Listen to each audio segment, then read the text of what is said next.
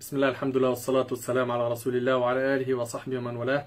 رب اشرح لي صدري ويسر لي أمري واحلل عقدة من لساني يفقهوا قولي. Frères et sœurs, assalamu alaikum wa rahmatullahi wa barakatuh. Donc, l'objet de cette vidéo, c'est de parler d'un fléau. Ce fléau, c'est le fait de vouloir satisfaire tout le monde. Satisfaire tout le monde. L'imam Shafi'i, rahimallah, il a dit, ce grand savant, pieux, qu'Allah lui fasse miséricorde, il a dit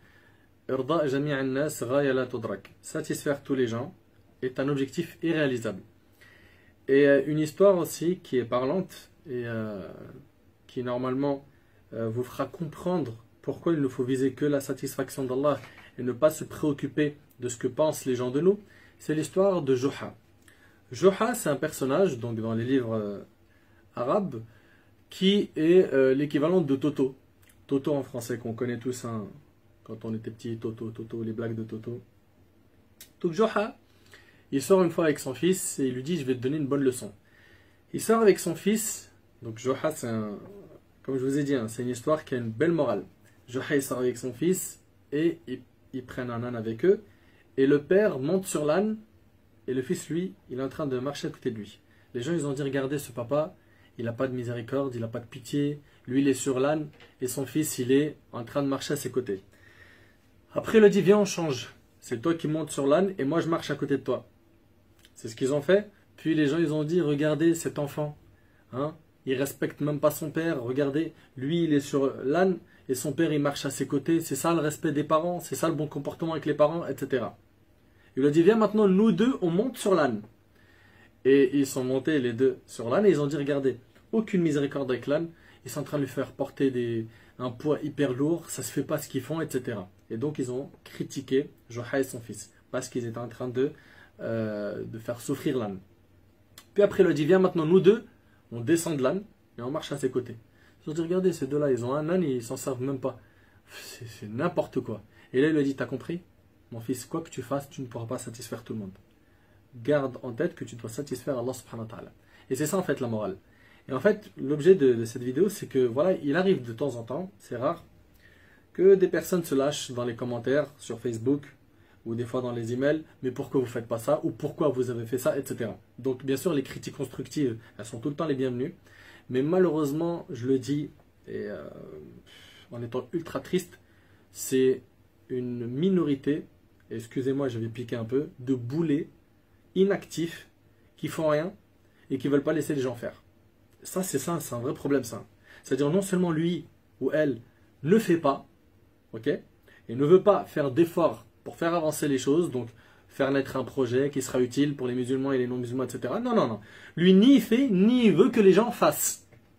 Et ça, moi, j'arrive pas à comprendre ces gens, subhanallah.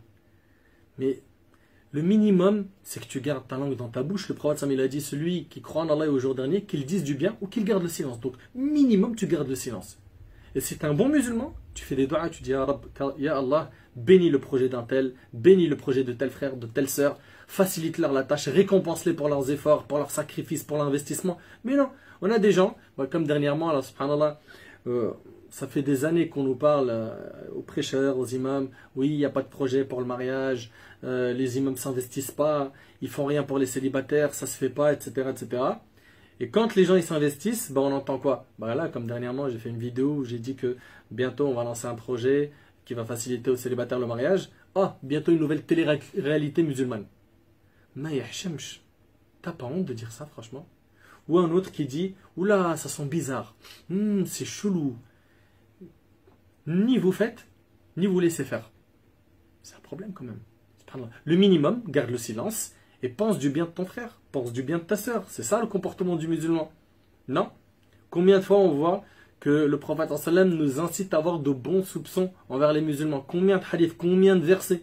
Omar ibn Khattab radiallahu anhu, il dit, quand votre frère vous dit une parole, trouvez-lui un support dans le bien. C'est-à-dire, fais tout pour bien interpréter les choses que tu vois ou que tu entends ou qui te semblent ambiguës. Mais non, nous, direct condamnation, un tribunal qui juge et qui envoie direct en prison ou en enfer. Allez, pourquoi? Subhanallah, pourquoi ce comportement? Mais non, toi t'es pas capable, d'autres sont en train de se lancer, et alhamdoulilah, ça fait des années et des heures qu'ils sacrifient du temps, leur famille, etc.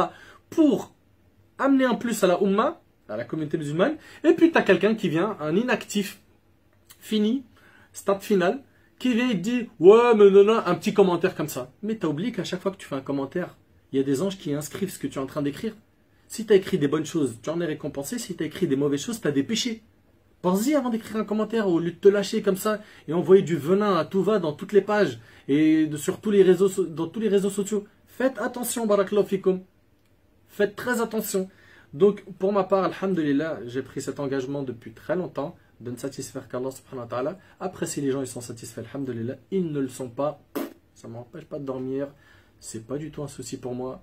Les critiques, tant qu'elles ne sont pas constructives, je ne les prends pas en compte. Et c'est comme ça que devrait être chaque musulman et chaque musulmane. Je ne suis pas en train de dire que je suis le modèle à copier. Loin de là. Le modèle, c'est Mohammed alayhi salatu wassalam. C'est lui le qudwa. C'est lui qui était envoyé comme référence pour notre communauté.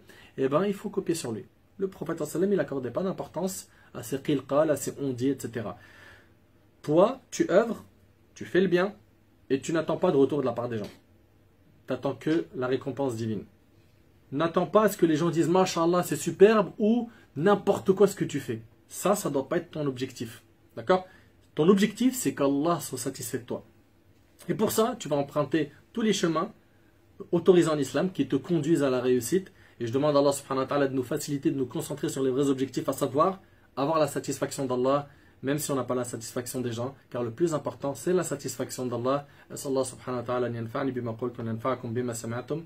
هذا ما أعلم والله عز وجل أعلى وأعلم سبحانك اللهم بحمدك أشهد أن لا إله إلا أنت أستغفرك وأتوب إليك بارك الله فيكم والسلام عليكم ورحمة الله وبركاته